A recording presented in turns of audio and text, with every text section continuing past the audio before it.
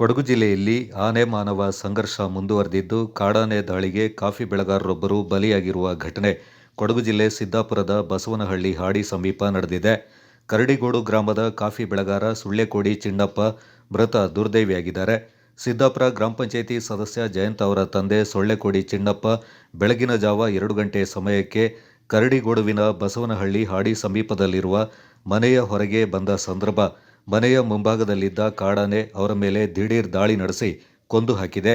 ಸುದ್ದಿ ತಿಳಿತಾ ಇದ್ದಂತೆ ಘಟನಾ ಸ್ಥಳಕ್ಕೆ ರಾಜ್ಯ ವನ್ಯಜೀವಿ ಮಂಡಳಿ ಸದಸ್ಯ ಸಂಕೇತ್ ಪೂವಯ್ಯ ಬೆಳಗಿನ ಜಾವ ಸುಮಾರು 4 ಗಂಟೆಗೆ ಘಟನಾ ಸ್ಥಳಕ್ಕೆ ಭೇಟಿ ನೀಡಿ ಮೃತರ ಕುಟುಂಬದವರಿಗೆ ಸಾಂತ್ವನ ಹೇಳಿದ್ದಾರೆ.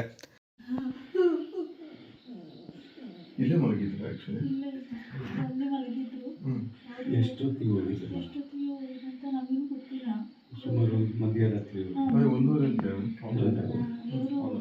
ಮಗ ಬಂದು ಮಲಗಿರುವಾಗ ಇವರು ಈ ಕಡೆ ಹೋಗ್ಬೇಕಲ್ಲ. ನಾನು ಇಲ್ಲಿಗೂ ಬಂದಿತ್ತು, ಇದೆಲ್ಲ ಬಂದಿತ್ತು.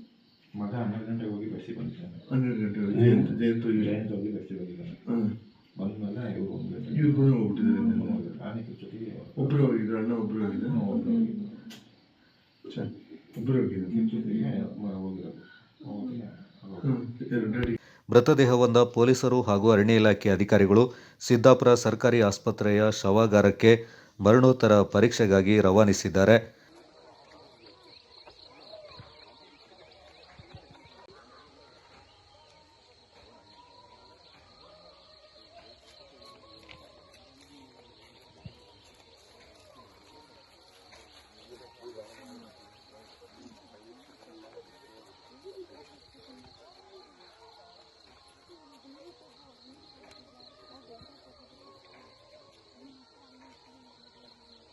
ಸುಮಾರು 2 ಗಂಟೆಗೆ ಕರಡಿಗೋಡು ಗ್ರಾಮದ ವ್ಯಾಪ್ತಿಯಲ್ಲಿರ್ತಕ್ಕಂಥ ಬಸವನಹಳ್ಳಿ ಹಾಡಿ ಸಮೀಪ